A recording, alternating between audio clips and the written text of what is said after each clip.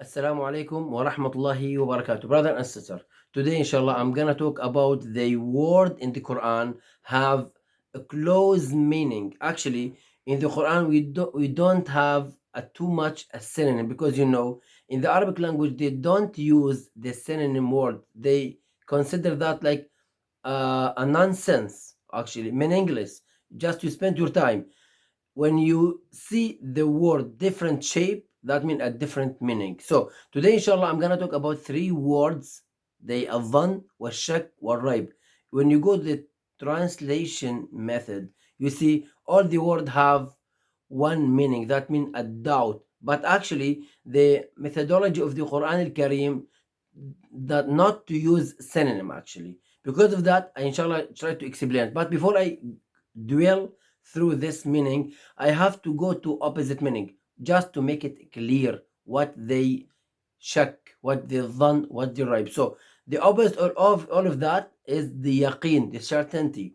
So even the yaqeen, we have three levels. We have hierarchy actually. The number one is the in the down is the ilmul yaqeen. That means ilmul yaqeen. Ilmul yaqeen, that when you receive news um, from that a libel, from a libel authority, from a libel sources. When you have this news from this sources, that called علم اليقين, like al-anbiya, like the prophet when they received the messenger of Allah Azza wa Jal, that علم اليقين.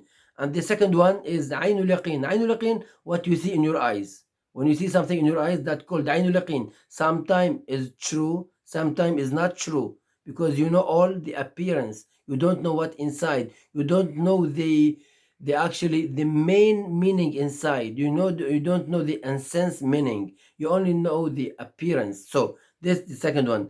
The third one is that called haqqul yaqeen. That is when you touch the truth, when you live the truth, when you live the reality. That in the day of judgment, as Allah said to kafirin, Allah said, Inna hadha lahu haqqul yaqeen. When Allah put him in the hellfire, Allah told him, that is the haqqul yaqeen. That is the truth. Now you touch it, you see it, you live in.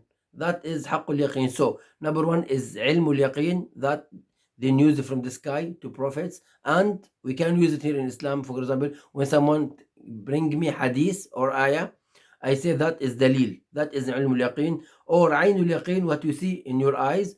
And the highest level in this hierarchical, actually the haqqul yaqeen. Let me tell you a story. When Musa alayhi salam, he was talking to Allah Azza wa Jal on the Tur mountain, and Allah told him, your people has strayed by a Samiri. He made a bowl to them, idol, to worship. He got angry and he came back to return quickly to his people.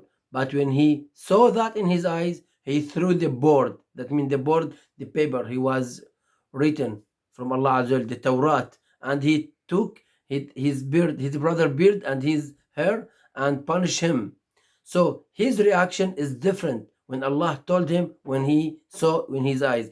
Even though Allah Azza wa Jal says that, not a human being, Allah Azza wa Jal said that to Musa, but his reaction is completely different. So brother and sister, here we have to know, not everything you see in your eyes that is truth.